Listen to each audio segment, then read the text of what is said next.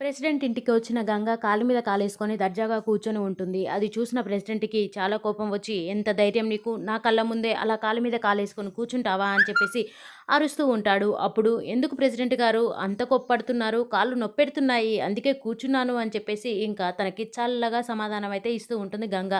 అలా ఇచ్చిన తర్వాత, "అసలు నీకేం కావాలి?" అని చెప్పేసి ప్రెసిడెంట్ అయితే అడుగుతూ ఉంటాడు. అప్పుడు గంగ ఉండి, "నేను కోల్పోయిన నా ఆస్తులు తిరిగి నాకు కావాలి. ఆస్తిపాస్తులు మొత్తం నాయి. అన్యాయంగా సంపాదించావు కదా! అన్యాయంగా దోచుకున్న నా ఆస్తిపాస్తులు మొత్తం నాకివ్వాల్సిందే" అని చెప్పేసి గట్టిగా మాట్లాడుతూ ఉంటుంది గంగ. ఆ మాటలు విన్న పవన్ అయితే షాక్‌తో అలా చూస్తూ ఉండిపోతారు. అంతేకాదు, నా భర్తపై పెట్టిన కేసు కూడా వాపస్ తీసుకోవాలి. లేదంటే అంతే సంగతి అన్నట్లుగా మాట్లాడుతూ ఉంటుంది గంగ.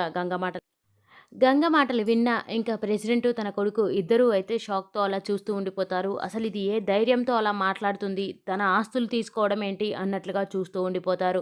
మరి గంగ ఎన్ని చిక్కులు పెట్టి ఏ విధంగా తన ఆస్తులు సొంతం చేసుకుంటుంది? ఎందుకంటే తన మామగారి దగ్గర తన పేరు నిలబెట్టుకోవాలి అంటే తిరిగి కోల్పోయిన ఆస్తులు మాత్రమే తీసుకొని రమ్మన్నారు కదా! తన మామగారి దగ్గర తన పేరుని ఏ విధంగా నిలబెట్టుకుంటుందనేది నెక్స్ట్ సీన్‌లో చూద్దాం. ఈ వీడియో గనుక మీకు నచ్చినట్లయితే please do subscribe. Thank you for watching friends.